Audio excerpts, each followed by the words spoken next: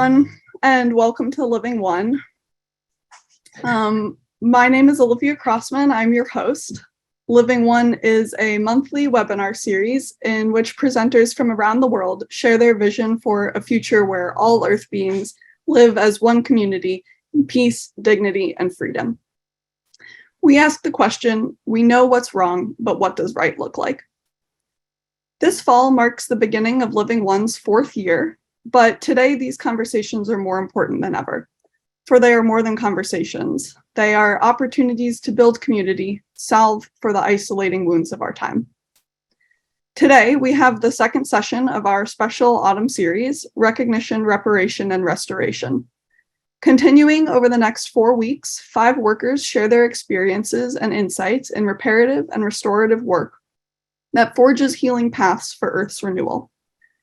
Recognition and reparation are necessary steps to erase the footprint of racism and speciesism. Reparation and reinstatement of Indigenous sovereignty are critical elements for spiritual and material renewal. We are delighted to have you join us as we explore this important topic together. Before we begin, I'd like to take a moment to acknowledge that we are all currently on various different Indigenous lands. I am currently on the ancestral homelands of the Council of the Three Fires, which includes the Ojibwe, Ottawa, and Potawatomi. This land exists also as a place of trade with other Indigenous communities, including Ho-Chunk, Miami, Menominee, Sauk, and Meskwaki. The Krulos Center for Nonviolence, located in Southern Oregon, is also the homelands of the grizzly bear, Takelma, and gray wolf. To recognize the land is to recognize the lasting effects of colonization, genocide, and oppression that still impact Indigenous communities today. But it is also an expression of gratitude and appreciation for the land and for all those whose homelands we live and work on. In the second of the 6-part series, we welcome Dr. Karen Davis. In conversation with Krulos director Gabe Bradshaw, Karen will speak on restoring poultry from how they are used to who they really are.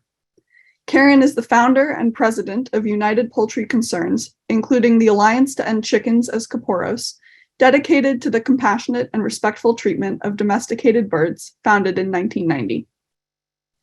She will discuss the suffering and abuses of chickens in farming operations, sacrificial atonement rituals, and farm supply businesses like Tractor Supply Company, and explain how we can restore birds who are lucky enough to be rescued to a sense of their true selves, instead of the lesser beings to which abusers seek to reduce them. This project extrapolates to a larger vision and undertaking of rescue. Karen is the author of numerous publications, including the books Prisoned Chickens, Poisoned Eggs, an inside look at the modern poultry industry, More Than a Meal, The Turkey in History, Myth, Ritual, and Reality, The Holocaust and the Henmaid's Tale, A Case for Comparing Atrocities, and For the Birds, From Exploitation to Liberation. Karen is also the host of a bi-weekly podcast series entitled Thinking Like a Chicken, News and Views. You can find this podcast and all of Karen's books and more information on the United Poultry Concerns website. Before we begin, let me share a few logistical notes. Karen will be speaking for 45 minutes, after which we will open a question and answers period when you are invited to type your questions into the chat, which we will read after Karen's presentation. Also, please note that this Zoom session is being recorded, so if you would feel more comfortable leaving your camera off or changing your Zoom name, please feel free to do so. So, without further ado, we welcome Dr. Karen Davis and Dr. Gabe Bradshaw. Well, thank you, Olivia. Thank you and welcome everyone. Karen, as you know, this is such a delight. I feel like we're family because of the 2 roosters that you sent me that we're living here now and flourishing. So thank you so much. Thank you. This is just a wonderful thing. I wanted to just start off with a kind of a reflection, and that is that the last years have really been a flood of different kinds of liberation and reparation movements. Both from a gender perspective and also from a race and ethnicity perspective. And then with that, there's been a growing admission, albeit reluctant, from the scientific community, particularly the neuroscience and psychology, that birds and all animals share with us comparable brain minds and the capacity to feel and think, dream, and aspire. So when we're talking about animal rights and animal liberation, it really is now within that context a movement of reparation, where we're looking at not just the individuals who are suffering presently, but also trying to understand and appreciate the need for us to reach back into time to repair the kinds of harm that they have sustained. So I'd like to start off with just you reflecting, this is something that you wrote, pertaining to those who have been and are harmed. I believe our avian victims experience within themselves not only the violation and humiliation of their bodies, but the violation and humiliation of the very essence of who they are and are meant to be ontologically. The conditions and abuses endured by chickens and other creatures have experienced, in the words of Clementine Coengress, an existential trauma that makes them less of themselves. They carry soul wounds as victims of atrocities the same way that humans do. It's beautiful, Karen. Can you tell us a little bit more about the chicken experience, the turkey experience, the avian experience? Sure. Okay. First of all, I am certain that chickens, turkeys, ducks, and all creatures have an essential being within themselves as individuals. As species, yes, but I'm really focused on individuals because we talk about life with capital L, but really there is no life without lives. Life only comes into being in the form of individual embodiments of life. You take away the individuals, and what is life? Where is it? It's nowhere, as I see it. So I'm very concerned about lives. I'm concerned about what individuals possess within themselves, that is their true self, and how that true self, the self that they experience, I'd almost say, if I get this word right, proprioceptively, if that's quite right. Animals, birds, and humans, we have a sense of ourselves from within ourselves. So when we and they can be the individual and as well as the member of the species, because they're intertwined. You can't separate one from the other, really. But they can experience what philosopher Tom Reagan called better or worse for them. They can experience the sense of expressing and fulfilling their nature through the activities that they perform, of the wide variety of activities that they perform when they are free to do so in the environment that enables them to be themselves, versus what happens to them when they are in an environment such as what we impose upon them in farming operations, research laboratories, cockfighting operations, and everything. There, they experience themselves quite differently, and not as who nature intended them to experience themselves, but as something which is completely alien to who they are. And yet they cannot escape. They have to cope with that. So, for example, a chicken or a turkey in a factory farm, these are birds who come from the forest. They evolved in the forest. And I tell people, these birds have the forest within their genetic nature. It's not something where it's just external to them. You put them somewhere else and then they have a different inner nature. The green leafy world of the tropical forest is embedded in the chicken, in the peafowl, in every type of pheasant. And those are both pheasants. Many people don't know that chickens and peafowls are a type of pheasant. So they have the sense of themselves within themselves, and that includes their environment, which in the case of pheasants, including chickens, is the tropical forest. In the case of turkeys, it's really very sad to read about how when the Europeans invaded this continent in the 15th, 16th century, turkeys were everywhere. They were everywhere except, according to what I read, the very northernmost parts of, upstate New York and certain parts of Canada. But they were in South America, Central America, North America. They're all different kinds of turkeys. And these turkeys love just about every natural element, and they are at home in every natural element. And that includes on the ground. They love to walk, and they're excellent walkers. They love to fly. They roost in the trees at night to the extent of a mile or more if they are in the normal types of turkey flocks. And they swim. It has been reported that turkeys, as the very young poults, that Poults, that is a very young turkey, swim very well, as do their parents. So turkeys and chickens are at home in the natural world. They have wings, they have beaks, they have a whole anatomy and physiology and neurophysiology that suits the environments in which they evolved. And so naturally, when they are in an environment that is not just somewhat different or a variation on where they evolved, but that is completely inimical to them, that is filthy, that is really a cesspool like the average farm where most farmed animals now are confined, when they cannot escape their environment because they're locked up in a confinement operation, a prison, really. They are living in a place that is dense with microbial pathogens. So there's nothing in their natural experience that can make sense out of the world that humans are confining them in.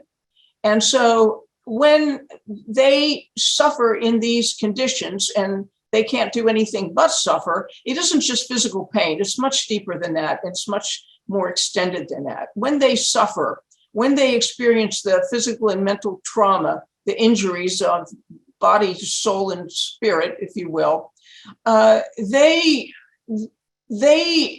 know what they're missing. Their very cells know that, like, their lungs know they are not breathing fresh air.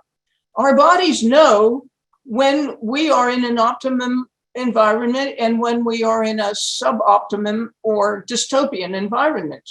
So what can they do in these places? Because I believe that in many ways, chickens, for example, in factory farms suffer much more than even humans would or do suffer in similarly circumstanced.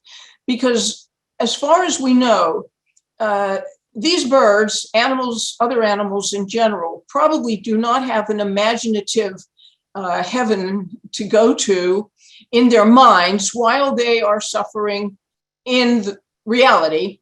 People go to, for example, religion and as a solace. And the very fact that they have an imagination, a dream of, well, this is horrible, but eventually I'm going to go to heaven.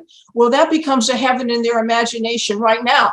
So the future is actually their present insofar as they create another world, a better world, a wonderful world to live in while they're suffering in this real world. But I haven't seen anything to suggest that a chicken can escape into that imaginary world beyond while they are in these conditions that we are imposing upon them. So they are just experiencing pure suffering. That's all they can do. Because again, nothing that they are experiencing in a factory farm, in some horrible laboratory behind bars, breathing nothing but filth 24/7. There's nothing in their natural experience, in their natural evolution, that can make any sense of that situation in which they are trapped. So I don't know if this answers your question, Yes. but I certainly do believe that there is an essence of beingness, an ontology that each individual, as part of a larger classification, if you wish, through nature, experiences and has. And it's not just something they carry as a category within themselves, but it's the way they experience themselves and experience themselves in the worlds in which they find themselves, or in some cases choose to be in. I think you obviously brought up very important points, and one of them is this notion of the individual, that we all know, that we're talking with another human, or a chicken knows they're talking and interacting with another chicken. But really, the categorization and the objectification of chickens and turkeys, it is a kind of convenience that we're using linguistically, but really deep down, it is what you're discussing, is this notion of the individual who happens to be wearing a chicken suit. That's how I see it. And so from that perspective, I think it's absolutely critical for us to understand that chickens and turkeys and these objectifications are purely in response to what has been done to them, not who they are, in that very profound way. And I would also add, there's something they don't know, and that's they don't know why this is happening. Right. That seems to me the expression, in my experience, that I see is confusion. It could be not just chickens and turkeys, the deer, the wild turkeys here.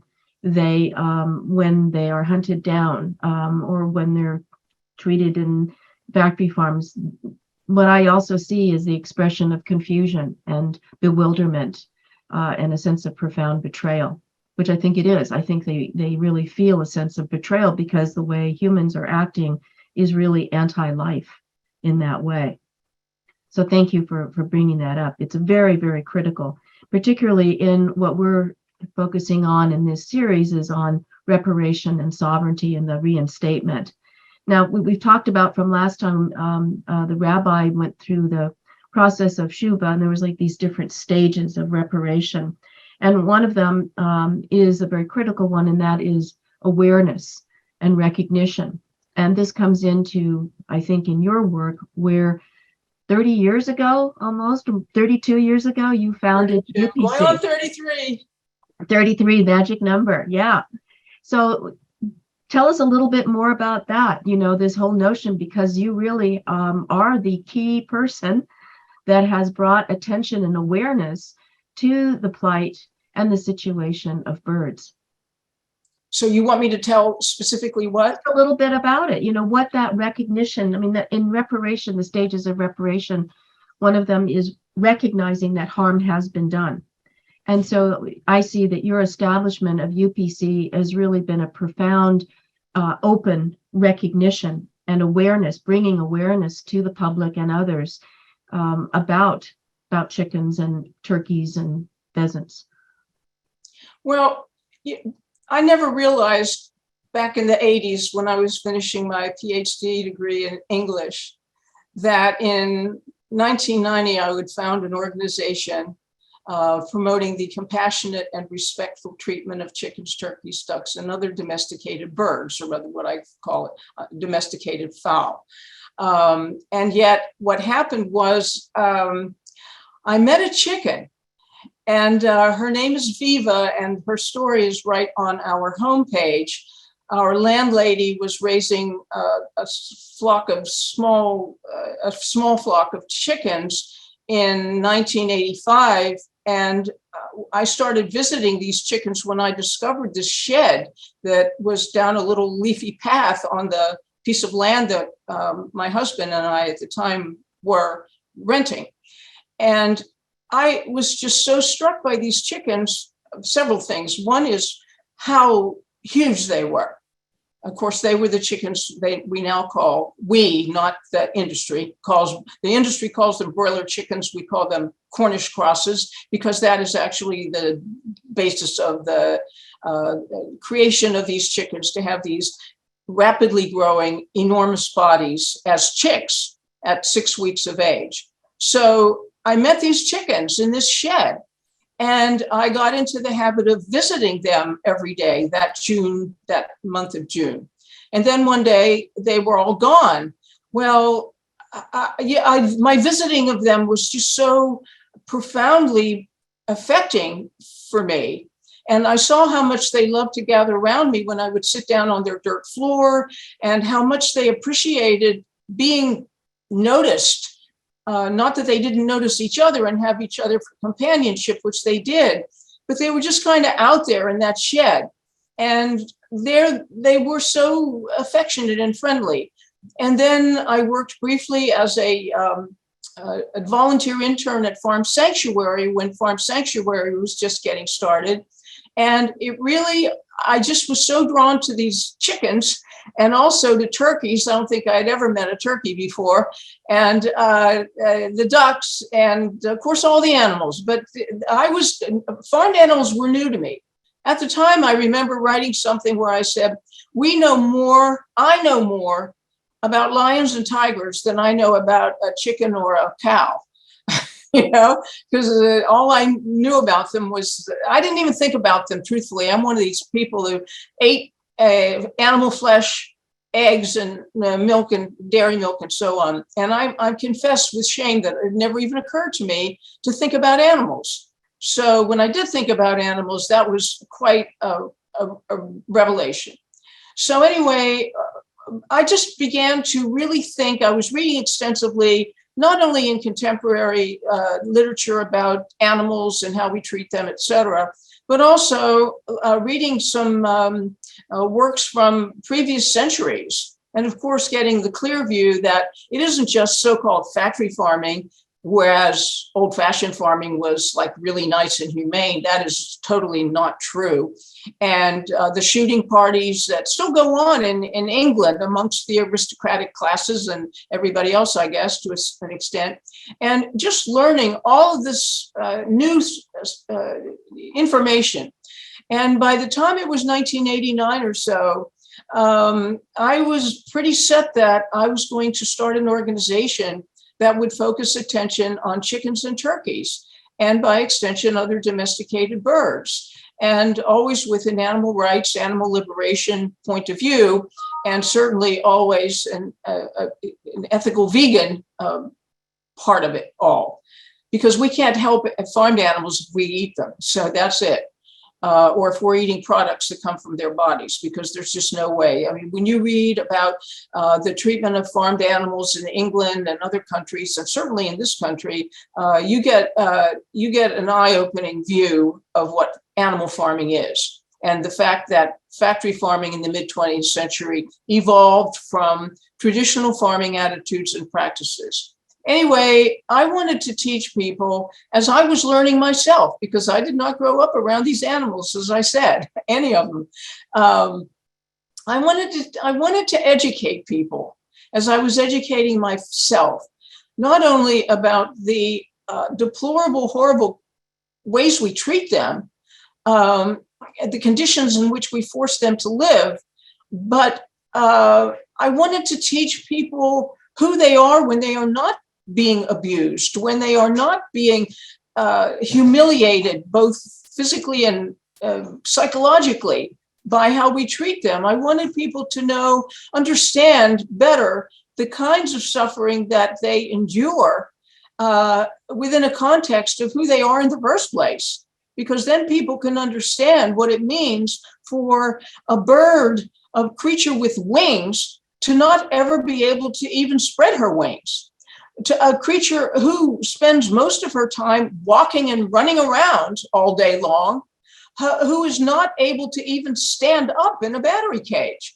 A creature who at the age of a month old would barely weigh a pound in the case of chickens, and who now at a month old weighs something like 4 to 5 pounds. I mean, what does that feel like for those birds? I think we have to try to imagine our way into their lives, in part by imagining, what if somebody just piled weight on you against your will, because all of this is against their will, and you suddenly had like 600 pounds imposed upon you, and you have to live inside that. You're stuck inside that.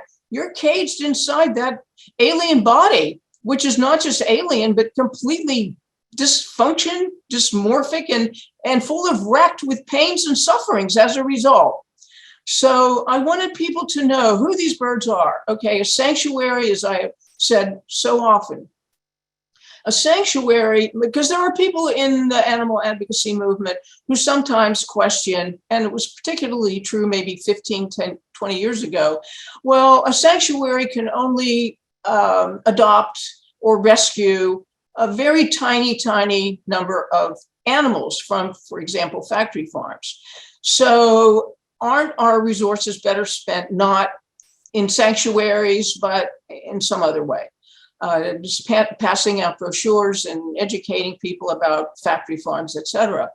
But we all need to realize that the only opportunity that most people have, or until the backyard chicken trend developed about 15, 20 years ago, which is a whole other issue with pros and cons, but people weren't having any experience with chickens anymore at all, or turkeys, and maybe ducks a little bit more. But the thing is, one thing that good sanctuaries have done for these birds and other animals is to enable people to get some understanding of who they are when they are not in a condition of abject misery imposed upon us by them in situations that don't exist anywhere in the natural world. There's nowhere in the natural world where, to my knowledge, and it wouldn't justify it anyway, but there's nowhere where we put creatures in toilet bowls and impose upon them chronic, unrelievable suffering. I mean, yes, nature is not, a romantic place in many ways, not saying it is. But the thing is, at least usually a predator goes after an animal and kills them on the spot, and then they are eating them. They're not just putting them in a situation where they can't move their limbs, where they have to spend months there, weeks, months, or even years. And of course, this applies equally to laboratories, to vivisection laboratories. Imagine for decades being in a little iron cage. I mean, that we can do this to creatures, it surpasses my understanding to this day. I will never understand it. And just recently, I was reading a PETA alert about back in the 80s. One of their first big issues, that is PETA's issues, was an experiment sewing up the eyes of a type of non-human primate for some research thing or other. And here they're still doing that. They're doing it at Harvard. This woman has a big grant from NIH to sew up the eyes of I don't believe it's chimpanzees, but it doesn't matter who it is. It's a fellow creature. It's an animal who's being born and having their eyes sewn up. And she and Harvard, backing her up, are contending that this is going to help humanity. But we can never be helped by treating creatures this way.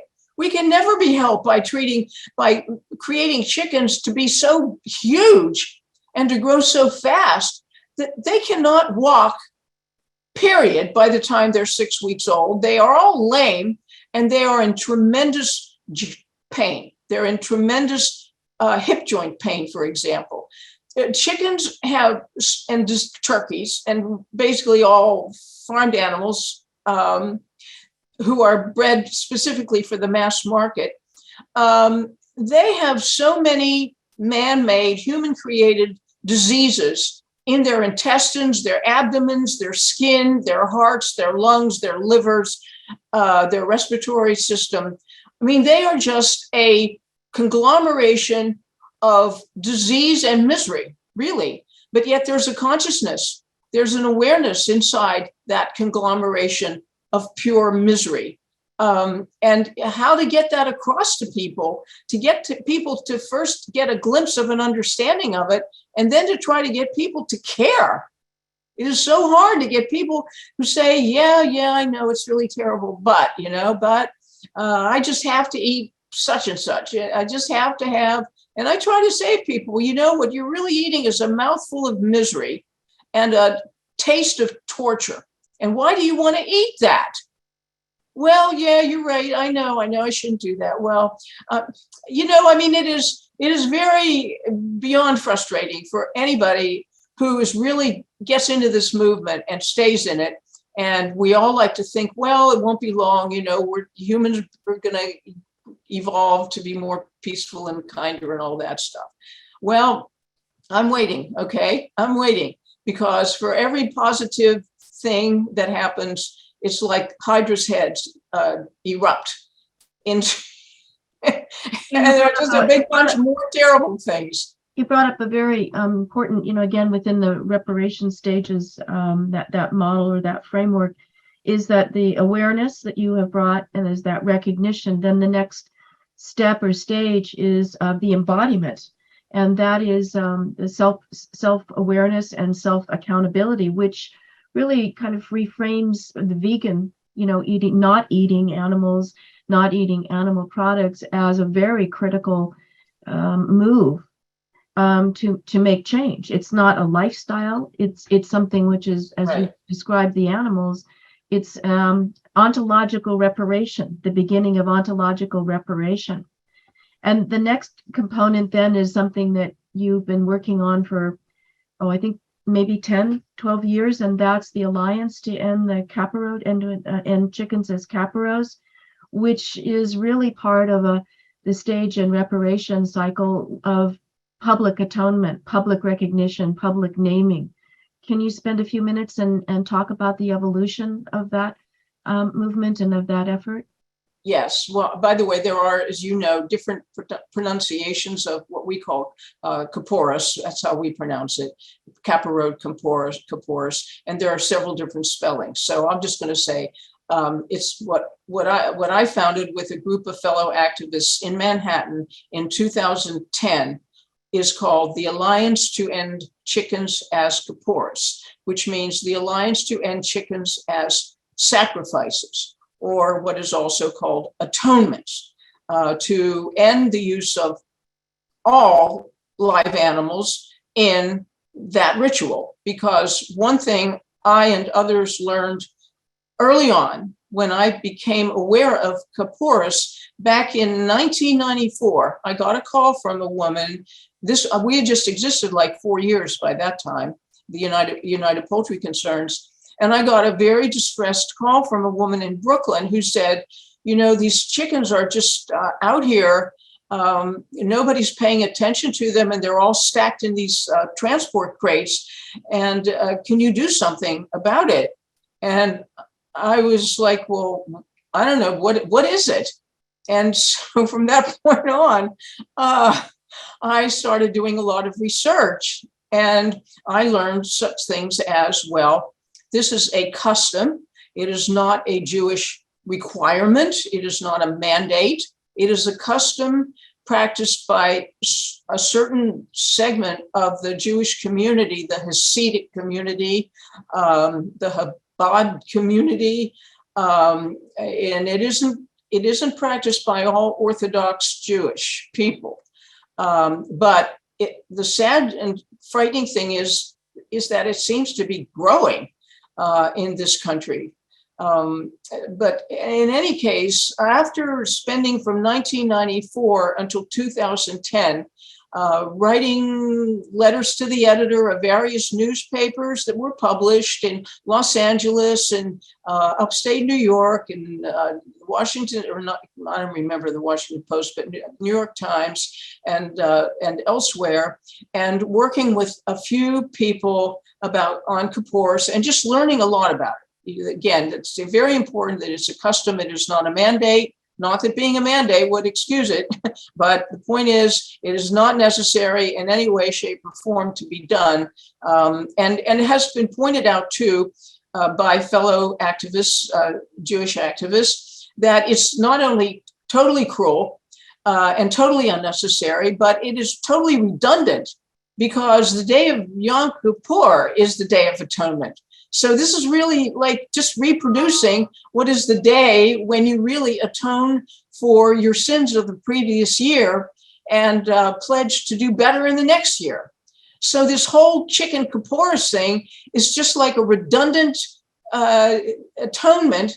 And as I and others have said, how do you atone? By being cruel to your fellow creatures. And there is a saying, a very important saying in Judaism about the requirement not to cause, the word unnecessary is always a pain in the neck, because everybody says, well, this is necessary. Well, no, it isn't. But yes, it is. Okay. But you do not cause needless suffering and pain and suffering to animals. So there is that mandate. I'm calling it a mandate, I believe it is, but it seems to be very, very important in Jewish teachings. So this practice of Kaporos, which I will explain briefly what happens. I'll say first that finally in 2010, June of 2010, I and several other people got together, activists in Brooklyn, and Rena Deitch, for example, and Richard Schwartz, who was there in absentia, because he was in Israel at the time, and now he lives there permanently. But and several other local activists, we got together and we formed the alliance. Well, here's what the ritual consists of. As practiced with a number of the co-founders or participants are rabbis themselves. Is that correct? Oh, yes. One rabbi in particular, Rabbi Yonason Gershom, who lives in Minnesota. And one of the things he's brought out about modern Judaism is that most Jewish communities are located in urban areas and cities, and have basically no experience at all of animals in the natural world. They don't know chickens. They know them in butcher shops, slaughterhouses, and things like that. And they don't really know them. And of course, Rabbi Gershom has been very clear, for example, in speaking out against, well, the whole use of chickens or any animals as a Kaporos sacrifice. But he's pointed out, for example, as I pointed out and have done since 1994, and I learned about all this, is when these practitioners grab these birds and suspend them with their wings held backward, they're holding them like that, and the bird's body is hanging down, and their poor little feet, you can see they're trying to like hold their thighs up, but they're just hanging there. And the wings of a bird, as Rabbi Gershom pointed out, and other both poultry scientists and veterinarians have pointed out, is the wings of a bird are not designed in nature to hold up the body of the bird. Their legs are for that purpose. So when people like Rabbi Hecht says, oh, it's very humane and they don't mind it and all that kind of stuff. Well, physiologically, it is not humane, and it causes broken wings and fractured wings, and it's painful. But that's how they hold them, basically. They just, and not only when they're swinging them, or as they like to say, waving the birds over their heads and reciting this chant about how you're going to suffer my punishment that I earned in the past year so that I can go and have a happy life in the next year. You're going to take on my punishment. It isn't just taking on, or symbolically assuming or absorbing the sins of the practitioner. It is taking on, having imposed upon them, the punishment. And I believe that in the role of the substitute punishment bearer, that adds to the way the birds are treated in actuality by the practitioners. They are to be a punished object. That is their role. They are to suffer the fate of the person who should have suffered it. And so anyways, the practitioners say this chant, you suffer and die so that I can be happy, basically what it is. And Rabbi Hecht even told a reporter a few years ago, I think it was 2009, from National Public Radio, how, yeah, he knows he can use coins, that if they're going to practice this ritual, they can swing coins over their heads and they can donate, or any kind of money, any amount of money, or anything else, really, a vegetable, it doesn't matter, because the idea is this is a token as far as Kaporos is concerned. And you can give your money or whatever it is you swing, you can give it to poor people, you can give it to your favorite charity, etc. So he says, yeah, I know that. But the thing is, what I really like is I like to see the bird slaughtered for me. And I say to myself, hey, that could have been me. I mean, that's how flippant he is about it. And he doesn't hide the fact that this is a money-making operation. He says, great, this is America. Like, this is where you come to make money however you want. So, I mean, it's a very cynical ritual.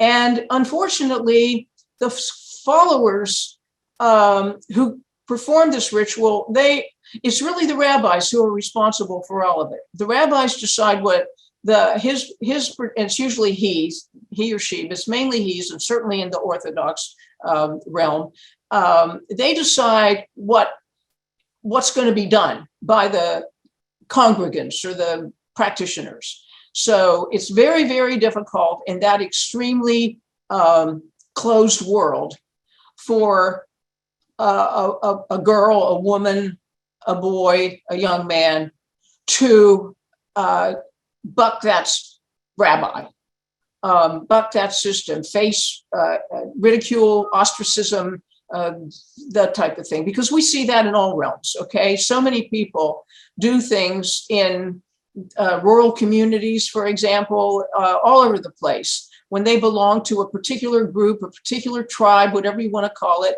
and they're so afraid of ridicule and ostracism. And I have often said and written about the fact that there are probably more people in a given community where certain types of animal abuse are just taken for granted, who really don't like that abusiveness, who really care about animals. But often they don't even know their own minds, you might say, because nobody's ever given them any opportunity or support in that respect. And there are probably a lot of like secret sharers in communities who care about animals, but they don't know that there are others who care also. So they feel they're all alone. And they are all alone because they don't know that others probably care as much as they do. And they feel too afraid to say something that could basically smack them back. So there's a lot of fear in women and men, girls and boys. And it isn't only women, girls, but I grew up in a family of 3 brothers and a father who was like an avid sport hunter. He was just a hunter because he liked to go out. He didn't like to kill big animals because he didn't like dragging them through the woods, he said. But he liked killing rabbits and songbirds and squirrels, the little animals. And my brothers, if they even suggested that they didn't want to go hunting with their dad, I mean, they just got screamed and yelled and hollered at and called sissies and girls and everything else. And so boys are very much at the mercy of those attitudes too.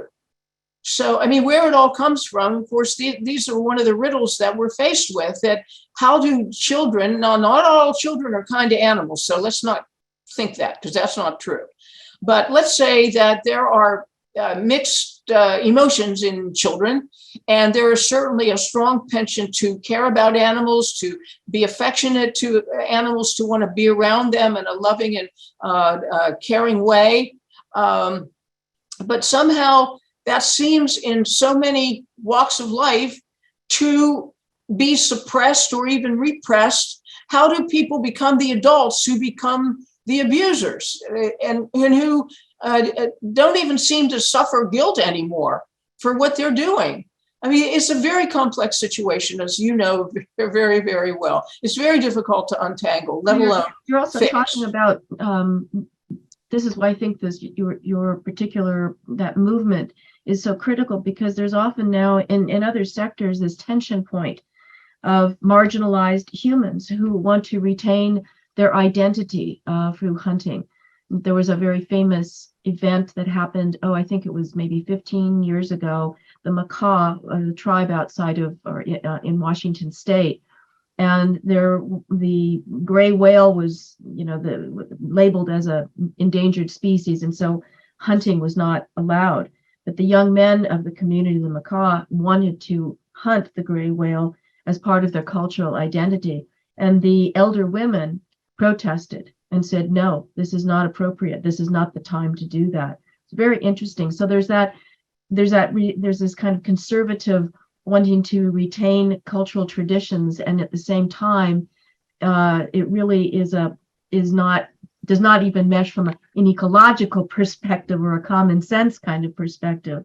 So what you're talking about is that tension point between quote unquote human culture and what I would say common sense in life in that way. I do want to say one quick thing about Kaporos. Now, again, this is a very slow process. Probably it's like with everything we're dealing with. We're not going to see the change in our lifetime, probably, especially if we're older and have been around the block like for the last 70 years or more. But there are people within the Hasidic community, not just rabbis, but I mean people who are expressing opposition to the use of chickens, who really don't like it, who don't want to participate, and who are trying in their way to be a what Thoreau called friction against the machine, to in their way challenge this ritual and try to turn it into a ritual that does not include chickens or any other living being. So there is that movement from within. And that's one of the things that the Alliance to End Chickens as Kaporos is working on. I mean, this isn't something that we all just jump in there in September or October in the week leading up to Yom Kippur, from Rosh Hashanah to Yom Kippur. But this is something that our Kaporos staff is working on all year round, not only getting sanctuaries around the country to take these rescued birds to when they are fit to travel, if they live through the whole ordeal, but also finding ways to engage the community on behalf of the birds, the fact that they feel, that they have feelings. I mean, one of our strongest members, who is part of the Jewish community, has grown up there, lived all her life in Borough Park.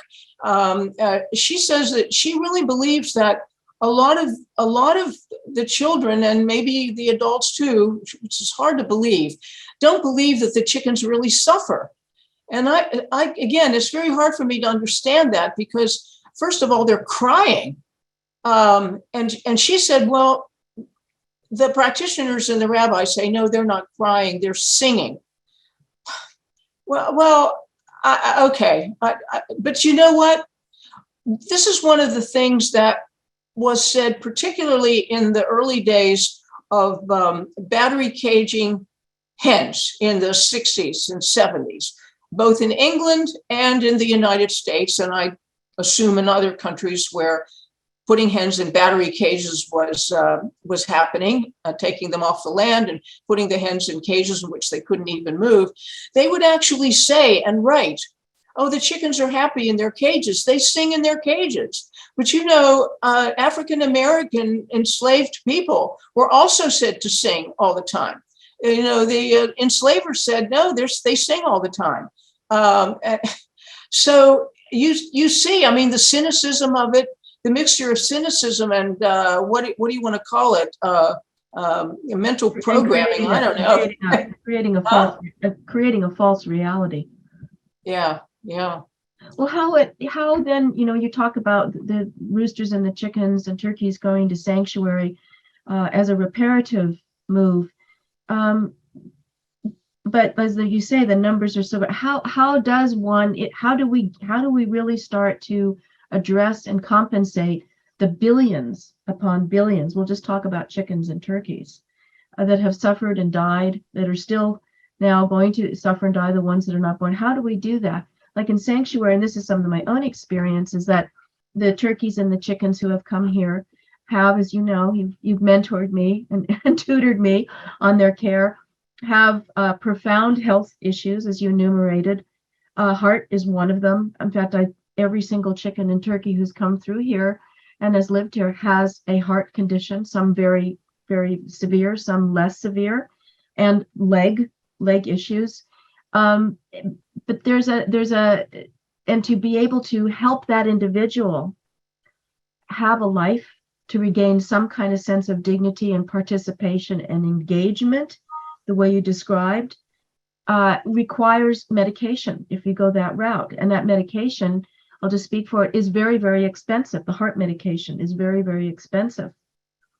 Now, most people, even if that I've encountered who are supporters of animal rights and supporters of sanctuaries and advocacy, are not willing and not happy to spend or support, or do not think it's a good idea to spend, say, $500 a month for a turkey so a turkey can actually live. Again, is what you were saying, well, shouldn't we spend this on brochures or other kinds of things? And yet, I feel like that's a very important point, because it puts a label, it puts a number, which is obviously incomplete and not enough for a life, but it really starts to maybe enter in people's heads the cost which these individuals are enduring. Do you have some thoughts on that? Yes, I do. First of all, I think I mentioned earlier, or I intended to, sanctuaries. I'm going to focus on chickens right now. Sanctuaries have, certainly since the mid 20th century, have and sanctuaries really got going. I have to say, farmed animal sanctuaries really got going with Farm Sanctuary, and I was one of their first volunteer interns in 1987 when they were still in Avondale, Pennsylvania, just renting a little piece of land. But and now micro sanctuaries for chickens especially have just proliferated. Now, they're not all equally good, and probably some of them will go out of business for financial reasons, as you suggest. But a good sanctuary is one of the few places where people can actually get to meet an actual chicken and an actual turkey or a goat, a pig, and get to know them as animals rather than as just as meat, or a carton of eggs, or a carton of dairy milk.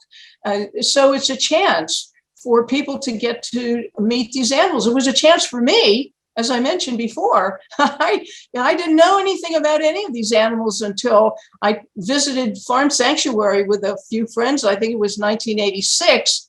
And I made that point in an article that I wrote about Farm Sanctuary. I know more about lions and tigers, which is basically nothing, than I do about a pig or a goat or a chicken.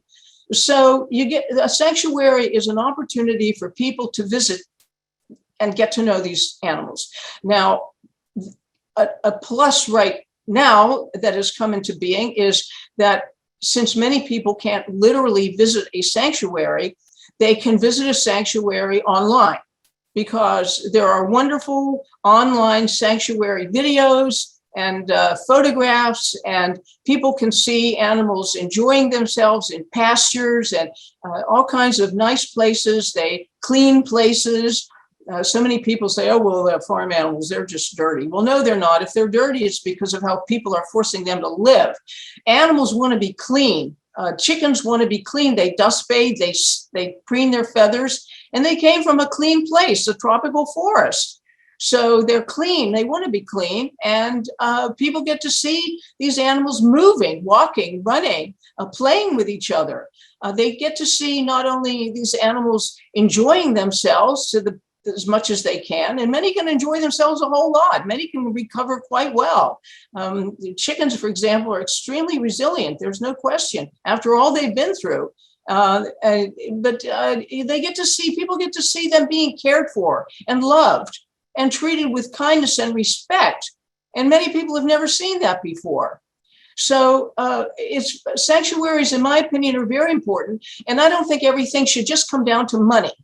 I think that's a big mistake. Well, you shouldn't be helping a pig. You should be out there distributing leaflets. Well, okay. People nowadays can go online. They can see all the brochures they want right there on the internet. All of our brochures can be read right on our website. You know, they're all there. So we have that plus. I would say that if there is a particular downside that I would draw attention to as far as the animals themselves are concerned, in a typical sanctuary, is that in nature, animals are busy. They're finding food for themselves. They're actives. They're agents. They're not just passive. They're not just being fed. They're going out there looking for food. and not just for themselves, but for their children, for their young. They are nursing, they are brooding young, they are teaching their young, they are evading predators. They have to make decisions all day long, even if they're in what for them is a fairly stable environment. It's not a static environment. So animals have to be alert all the time. They have to pay attention. They have to pay attention to their family members and their flock or their herds. And they have to be aware of what's going on around them all the time in order to survive and thrive. So in a farmed animal sanctuary, of course, and most of the animals there are pretty much seen only in a relatively passive condition. They're being fed, they're being cared for. We can't let them reproduce because we don't want to add more animals to the sanctuary, because the whole purpose of the sanctuary is to provide a home for animals who need a home, who already exist. And if we populate the sanctuary with our own babies, then there won't be room for the ones who desperately already exist and need a home. So again, I think a sanctuary is absolutely essential, a good sanctuary. I think it serves good purposes. And I think that we have to create situations where people can actually get to meet a chicken, a turkey, a duck, a goose, a goat, and in some cases get to know even fishes in a way they hadn't before. But again, there's the fact that, that the animals are very restricted in what they are able to do with their lives, because we can't let them have families. However, I have to say this, that on 3 separate occasions, one of our hens sneaked in 2 cases, 1 baby, and one was in the middle of December. And I thought, okay, she's sitting on an egg. That's never going to hatch. It's freezing cold. It's winter. But lo and behold, she did. And then there was another hen who did that. And then what was it?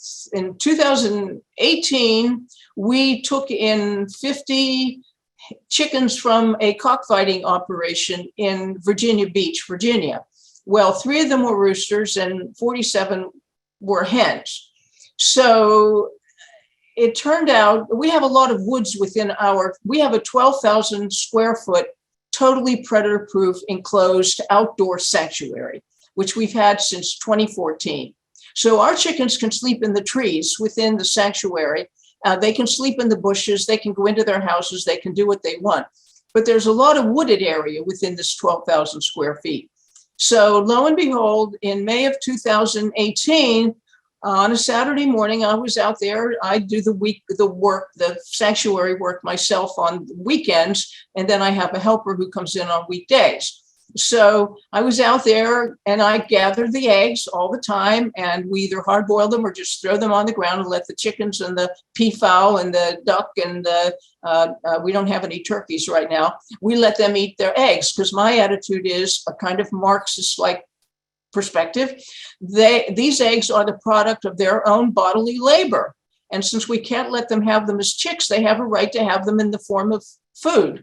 And since eggs are very nourishing, because they are intended to grow a baby chick inside an egg, why shouldn't they have the product of their own bodies? And why shouldn't they? And I don't eat eggs. We don't eat eggs here or in any way allow eggs to be eaten on our property except by the birds.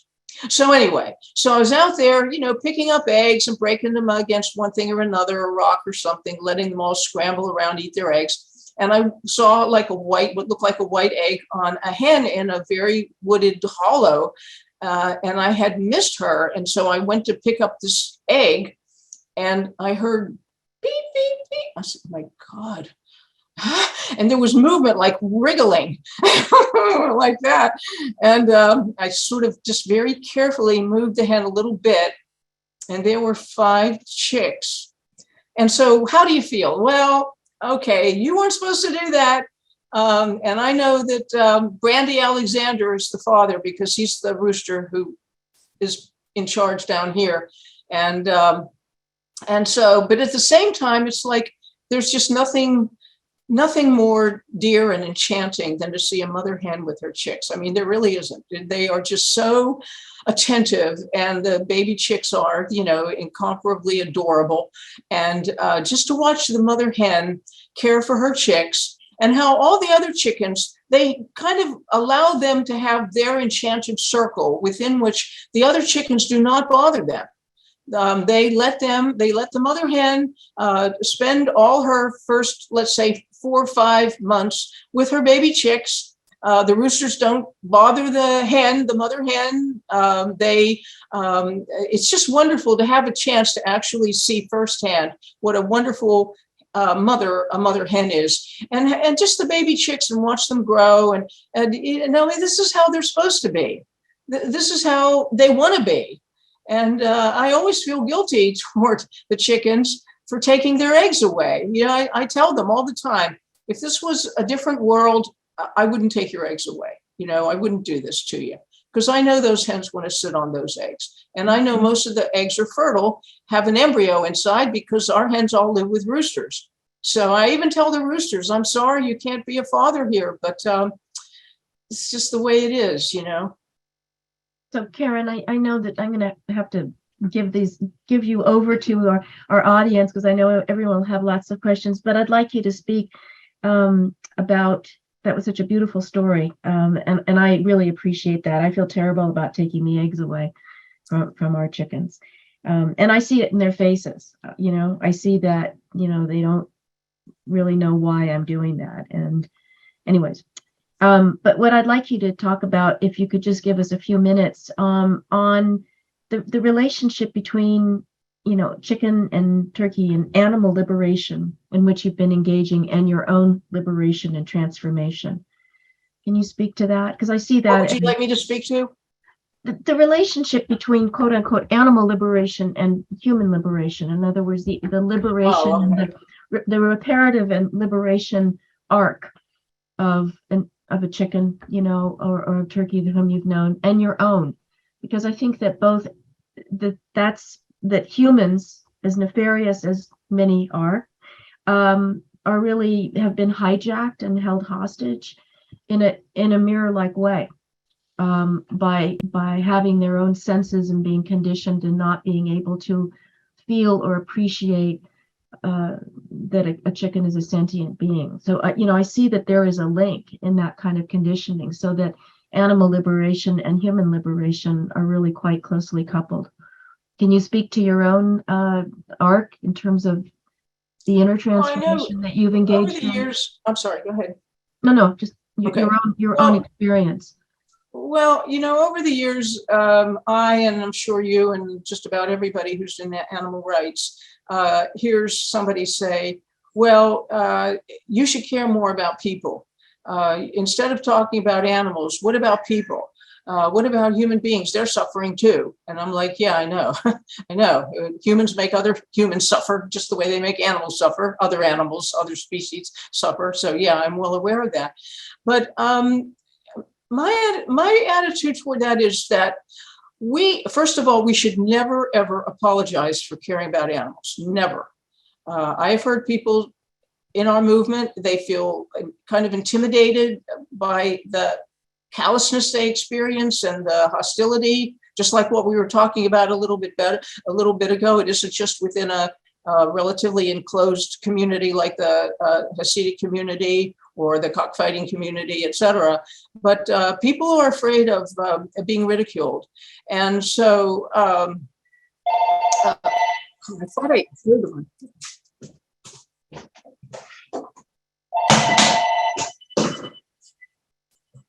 Quiet. I called you, and I actually had the phone unplugged. And then I had to call you, so I plugged it up again. I'm glad and then I forgot to unplug it. I'm sorry. But anyway, what I'm saying is that we should never apologize for caring about animals. When people often in animal rights people, somebody challenges them and they feel intimidated and they say, well, I know a lot of people think I'm crazy for caring about a chicken or a pigeon. We should never apologize. We should never, ever apologize for the animals, for caring about them, and for devoting ourselves to them. Because if there's a human problem, and there are many just issues of justice, wrongdoing amongst human beings, our mistreatment of animals is right there at the top of the list. So they deserve and they need human beings to care for them. And I believe that a human being whose empathy and sympathy extends beyond just the most narrow confines of family, let's say, the immediate family or their own neighborhood, I think to the extent that we enlarge our capacity for caring about others, that is helping humans. I think humans are helped by enlarging their sympathies or their circle of compassion and respect for the life around them. So I don't feel at all that it's a choice between animal liberation and human liberation. No. The thing is, humans have to choose to want to be liberated. Animals, they're dependent upon us, unfortunately, to decide whether we're going to liberate them or not from the conditions in which we force them to live. So the very fact that we oppress creatures, whether they be human or other than human creatures, how does that help us as a species, really, to be oppressors, to have our boot on the neck of others? How does that help? So people really do seem to think very much in terms of either or. And really, I've even known people who have themselves, including women, who have resented being compared to a cow or a hen. I once wrote an article that I was invited to write by a progressive online magazine. This was maybe 4 years ago. I was invited to write an article about mother hens in relation to Mother's Day. And I wrote an article, a very good article. And lo and behold, I get an email from the editor who had asked me to write this article saying, Karen, I hate to tell you this, but our editors are declining this article. And I said, why? And he said, well, I don't know, really. I said, come on, you got to tell me. I want to know what's going on here. Why? Because I sent you a very good article that I wrote specifically for you and for your magazine. So he came back and he said, well, there are some feminists on the board, and they very much resent any suggestion that a mother hen cares for her young the way a human mother cares for her children. And they do not like the idea that they, as women, are being compared with sows and hens. So I've experienced that in other areas too, where it isn't just the big white oppressor who has these attitudes, but many human beings are oppressed people who have just as much of an oppressed attitude to some other group. And it isn't only interspecies, it's also intraspecies. There are people within the human community who resent other groups getting more attention than they get, or you're saying that my suffering is on a level with their suffering? No, my suffering is the important suffering. And how dare you suggest that, that's that proprietary attitude towards suffering, that it's my suffering is the most important and yours doesn't count, and don't you dare compare us. So I talk about that in my book, I'll get to it. The Holocaust and the Henmaid's Tale, A Case for Comparing Atrocities. Is it ethical, and to what extent is it ethical and efficacious to compare atrocities? It's a very interesting topic, and I do address it in that book. Yeah. Thank you so much, Karen. I'm going to turn you over for questions. I really encourage everyone to read Karen's books. They're amazing and they are transformative. So thank you. Thank you, Gay. It's been a real pleasure to. But you're not gone yet. I know there's going to be questions. Olivia. Yes, definitely. if anyone has had any questions come up, please feel free to type them in the chat now. And if you'd prefer to ask your own question, you can use the raise hand option or just unmute yourself and ask away at this time.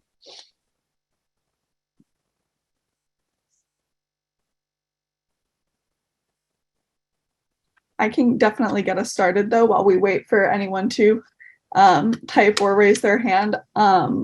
Karen, you mentioned earlier that as you were educating yourself on these issues, you were hoping to also educate others. And I guess I was wondering if for anyone who's just beginning this process of educating themselves on the abuses that chickens and turkeys withstand, where would you recommend that they begin? If there's a specific resource that was really impactful for you, one of your own books that you think would be a great beginning reference, I can definitely type this in the chat or send it out to all our participants later, but I'm sure that would be useful for myself and others.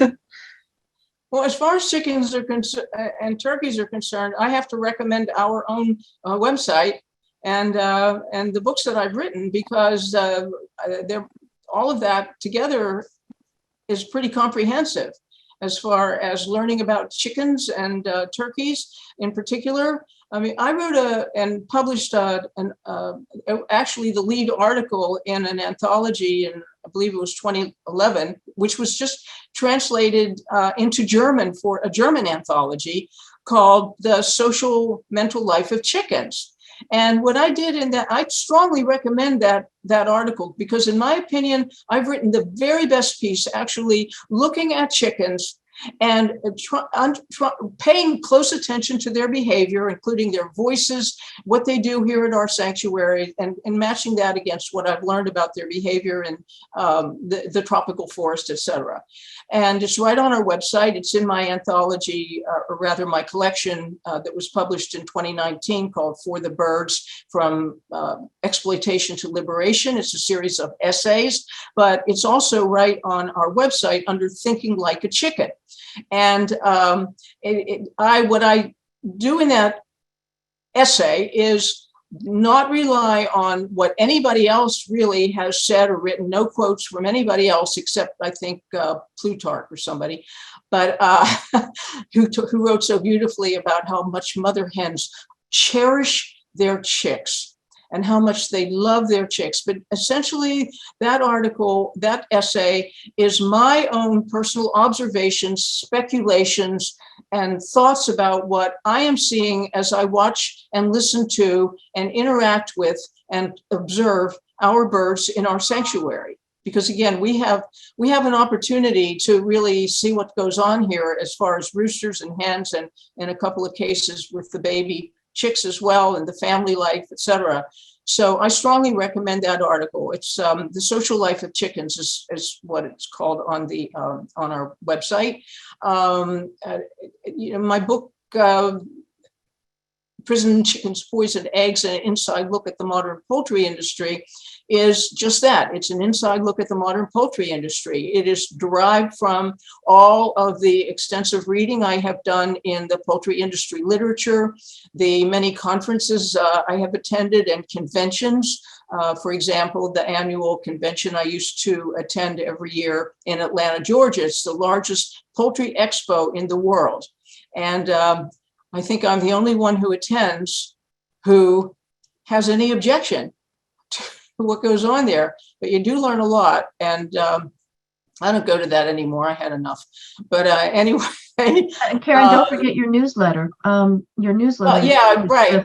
I do want to say that. Our magazine, Poultry Press, which I founded when I founded the organization back in 1990, all of our copies are on our website, Poultry Press, on the left-hand side where the various topics are categorized vertically. Poultry Press is right there, and you can see our very first one in black and white that was just 4 pages that I ran off myself on somebody else's Xerox machine to where we are now. And we also publish every issue of the magazine when it comes out online, which we'll be doing with the fall issue in a week or so. And the magazine is also available in print. So we always send it out to our members. Many people still like to receive the print magazine, and they can get it both online and in print. So yeah, the magazine includes articles that I have written or that I'm writing specifically for that issue. It includes action alerts. Is one of the issues that we didn't really get to here, but that I'll mention briefly, is our campaign against Tractor Supply Company and their so-called chick days. A really awful sales pitch. They bring in chicks from, well, as we are working with somebody who is actually an employee of Tractor Supply in Tennessee, and he's worked at several different stores. And he has done a meticulous job of describing all of the terrible things that these chicks endure. He says, why aren't they shipped from hatcheries locally? Why do they ship them from California to Tennessee? Why is it that they don't provide any training to their employees about how to recognize whether a chick is in the wood chips is sick or dying? Why? Because of course, what Tractor Supply and all these farm supply stores really use these baby chicks, and sometimes it's ducklings and sometimes it's baby rabbits. What they use them for is to entice people in for an Easter chicks and Easter this and that. And what they really use them for is to buy all the other stuff. If people go in to buy, they go in and they see the baby chicks, how cute they are. Oh, now they're going to buy a brooder, and they're going to buy heat lamps, and they're going to buy feed, and then they're going to buy other things that don't even necessarily have to do with the chicks. And the chicks are really a lure to get customers to buy all the expensive stuff. So it's a terrible operation, and it's a sleazy operation. And we were very happy in 2021 to receive a lot of customer and employee complaints from various Tractor Supply stores. There's something like 1,900 in the country right now, and one man who raises some chickens for eggs, he said, and he showed in his video how his chickens live, and certainly not bad. They're free to run around and so on. But he actually did a video targeting how horribly the baby chicks at Tractor Supply are treated. And he really did a great job of reaching people who we may not reach, but people who are in one way or another into farming or in rural areas. And he spoke very well and very passionately about how badly these baby chicks are being treated by Tractor Supply. So anyway, we're working on this with this person right now who is just, we want to have a lawsuit. And we're looking for what angle we can take. And right now we have contacted a law firm that specifically focuses upon chickens, actually. And he has written in detail to them every minute thing that he has observed there and undergone and seen how they treat the chicks and what the chickens suffer. And we are really, really hoping that this is going to result in a lawsuit against Tractor Supply. So that's one of our big campaigns right now. And with this information that this employee has provided, again, very, very well written, very well observed. We're going to make a big deal of this and not in this issue of Poultry Press, but in the next one, because we're looking forward to, spring. And it's starting in March when they start advertising chick days and bringing in all these baby chicks and throwing them in metal barrels of wood chips and whatnot. And again, they don't care for them. These birds have been stressed. Some of them have been traveling in dark boxes in airplanes for days, and they're starving and they don't have any water and they're scared. I mean, again, this is another example of a situation imposed on a bird that has no counterpart in nature. You know, they're born in an artificial hatchery. They're shoved into cardboard boxes. They're put in a plane.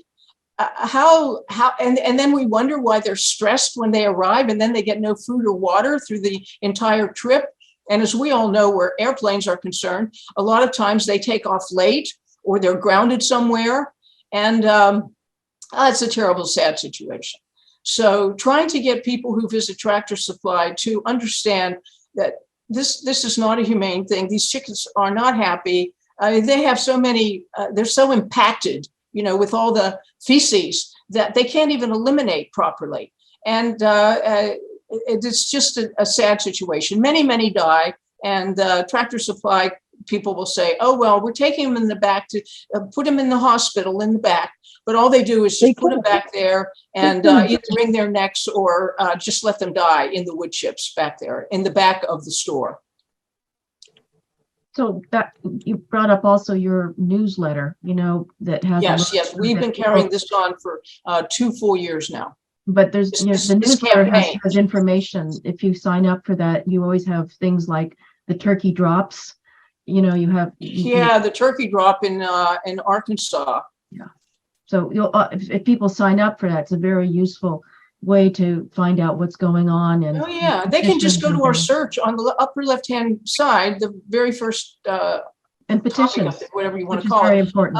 is search. So you just you type in turkey drop, or you type in Tractor Supply, and you'll see the number of alerts and articles that we have. It'll come. They will come right up on the screen.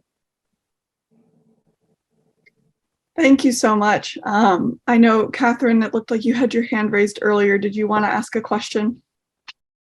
I have been a fan of Karen's for many, many years, and I'm so grateful that your institute has her here today. I just wanted to share, I'm experiencing, when I talk to people about animals, male or female, it's incredibly sad how detached they are, and they get angry, they get defensive. I mean, we're talking about sweet animals, and everybody is so far removed from compassion and love. I'll just never get used to this. How can you?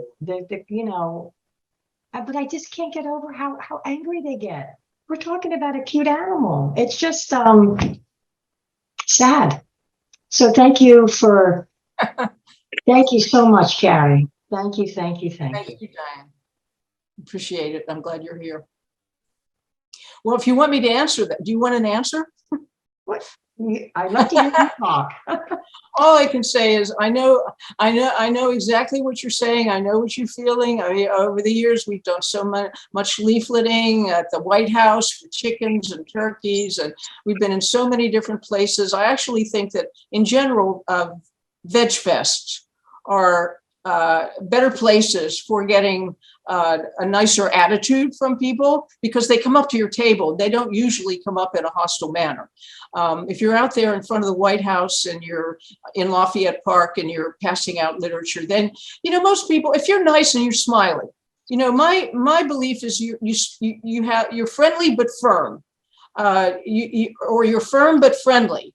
You can't go out there with a hostile attitude.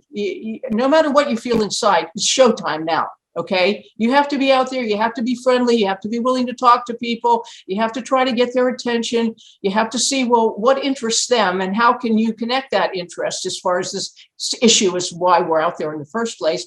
How can you connect that what they're interested in or say they're interested in with what you want them to come away with? So it is a very difficult thing. But human nature is very, very complicated, as we all know. And I guess some people are angry because you're challenging what they like to eat.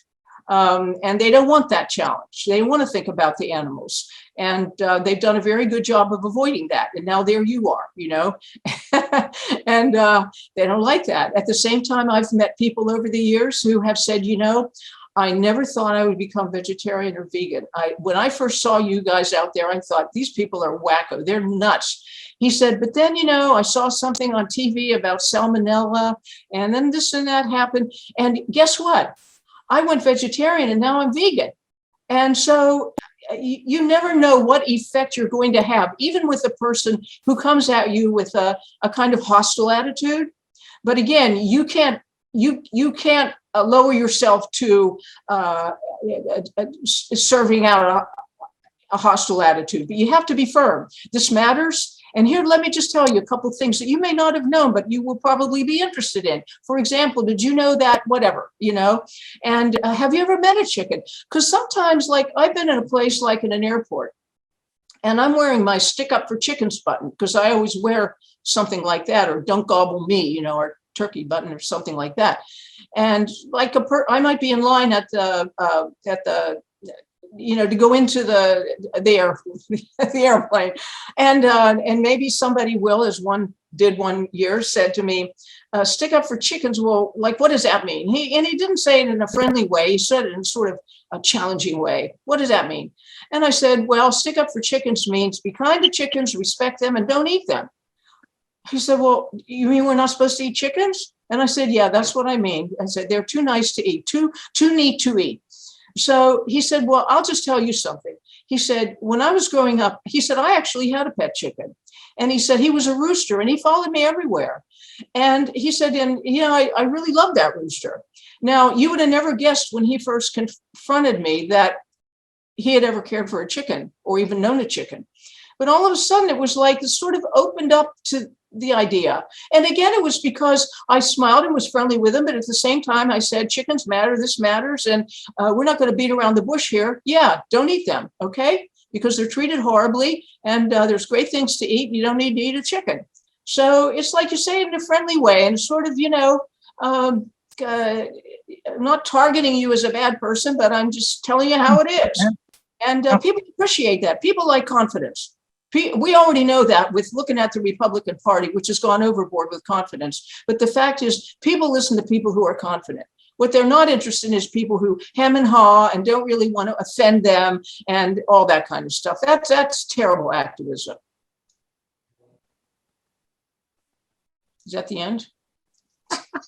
I have been leafletting for Vegan Outreach since about 2003. So I'm a leafletter and I'm out there, and thank you so much. Well, thank you. Thank you, Diane. Thank you for your question, Catherine and Karen. Ava, did you have a question? We see your hand raised. Yes. Can you hear me? Yes. Yes. Okay.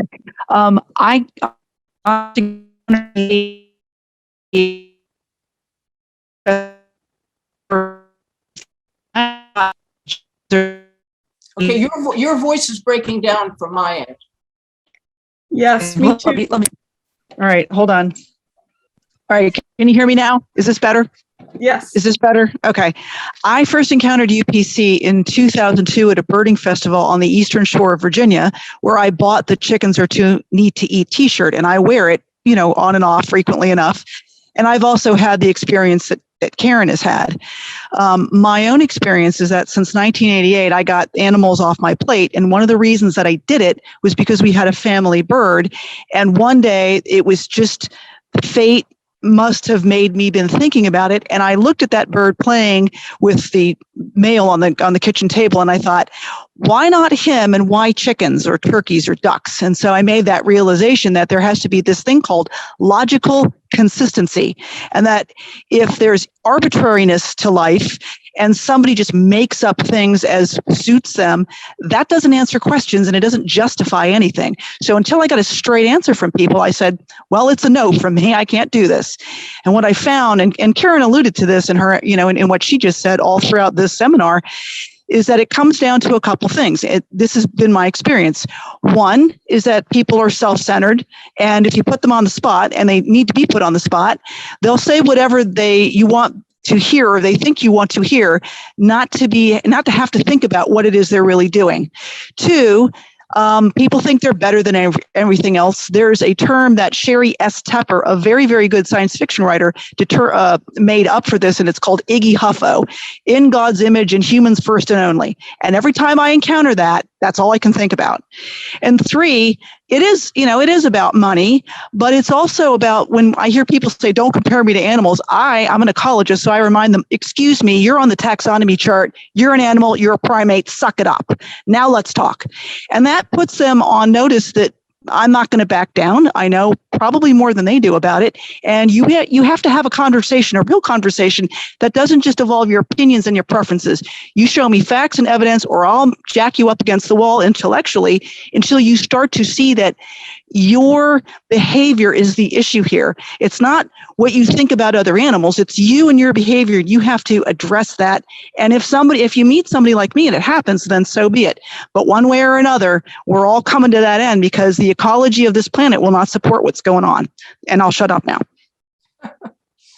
Thank you. Well, I do want to say one thing too, real quickly. Can I be heard? Absolutely. Oh, okay. One of the best ways to reach people, and I think most people here are aware of this too, is when people say, well, why shouldn't I eat chickens? One of the best responses is to simply tell them, well, I'm going to just tell you why I stopped eating chickens. If you tell people a story about people love stories. We all know that. They want to hear a story. So I'm going to just tell you my story, why I stopped eating chickens, why I ultimately stopped eating animals altogether. I tell them because I grew up eating animals. I grew up without thinking about animals when I was eating them. And so here's what happened to me. And now people want to hear that. What happened to you? So that's something we always want to make use of, is our story about what led us from being, just not thinking and taking for granted what was on our plate, and to becoming what I am now. To tell your story to people. People like stories. Tell it in a nice, friendly way. I never thought I would ever not eat roast beef. And now I don't even think about roast beef. I think about cows. And I think about the animals are always there when I hear a word that is reducing them to just a food item. I hear and I see the animals who I've come to know in a certain respect. And I just don't want to have that kind of relationship with other creatures. I just decided I don't want to relate to other creatures this way. I don't want to make their lives miserable so I can have a dinner or something.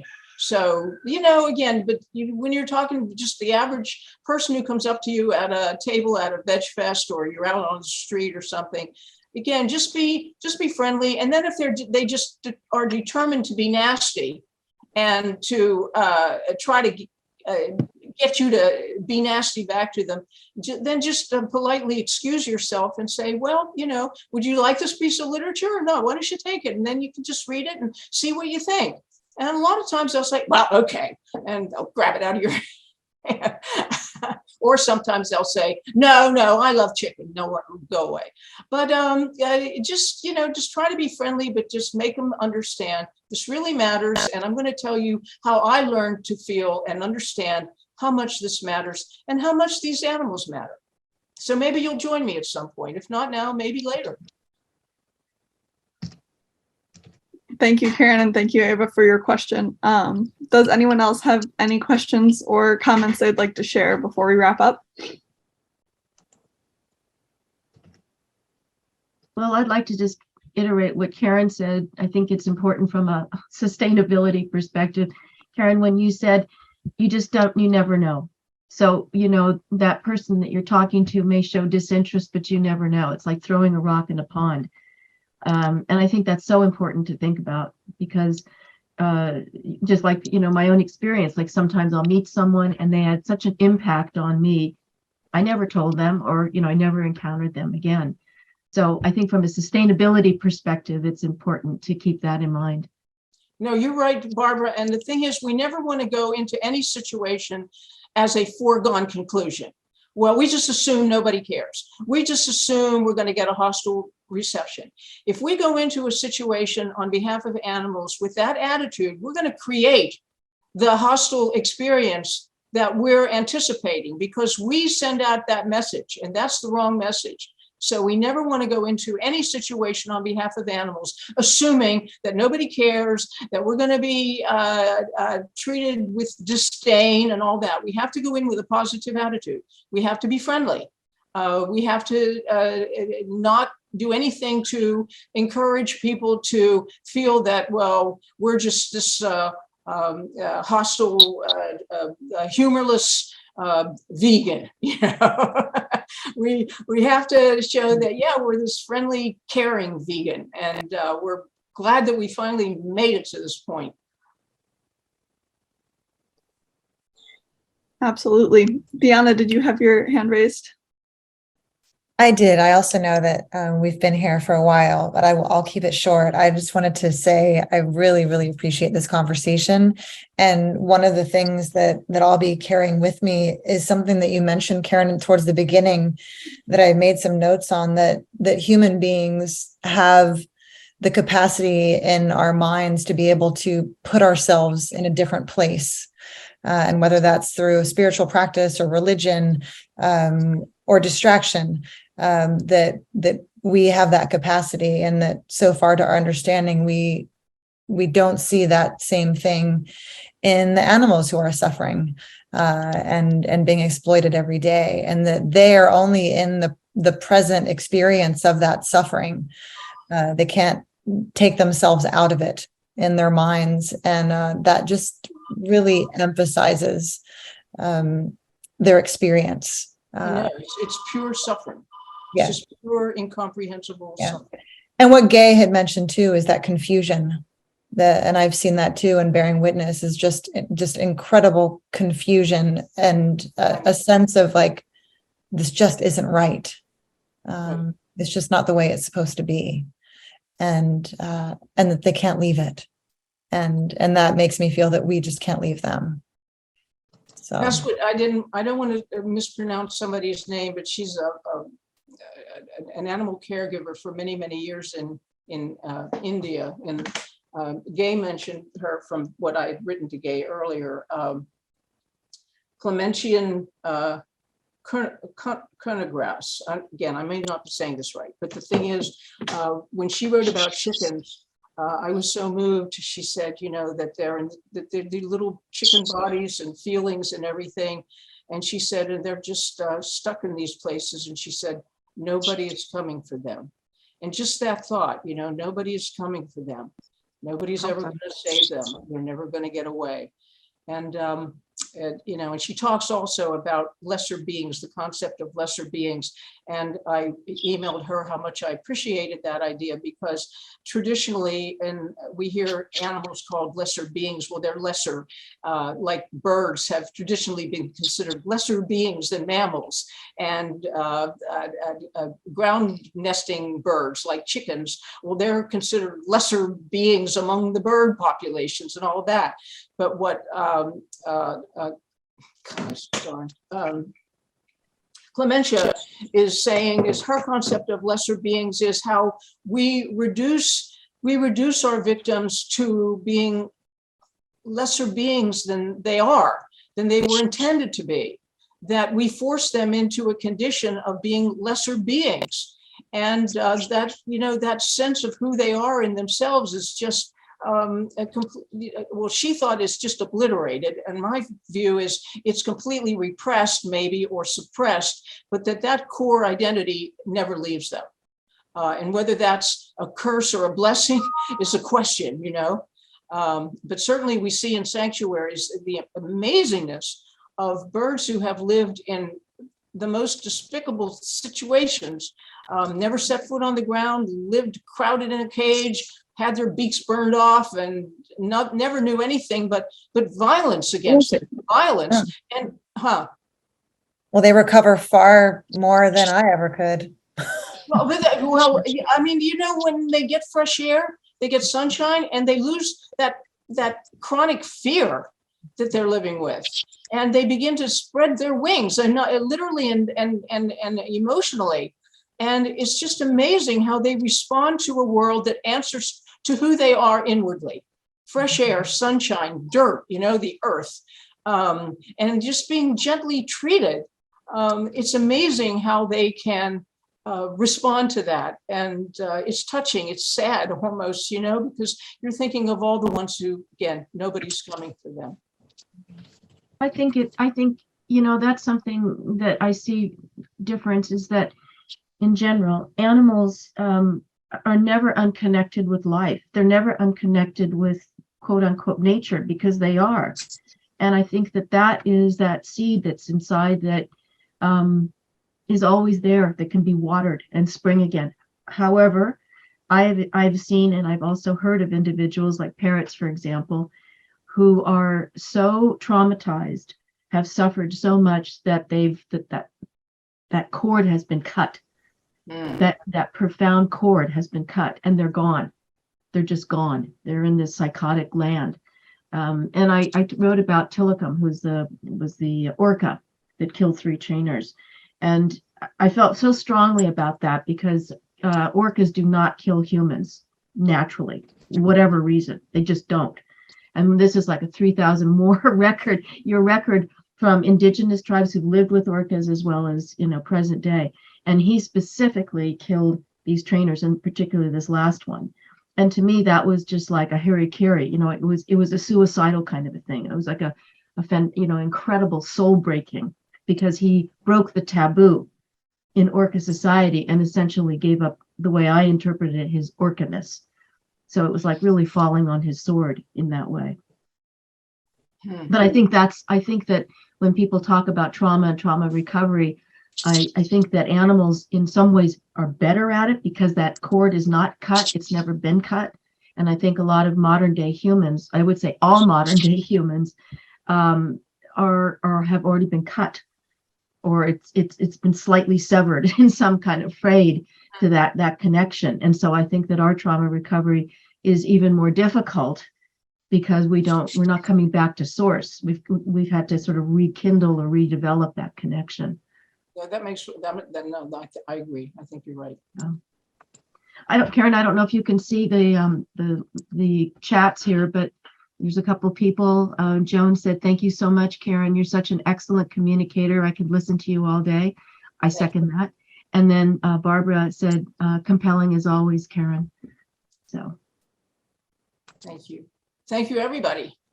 It's been great, Gay. It's been great, Olivia. It's been great, everybody. I'm really, really, really grateful for this opportunity. And I'm glad it's going to be on YouTube, because then people who are working maybe on a weekday can't get to it. And this way they'll have an opportunity, and it'll be there permanently. So that's great.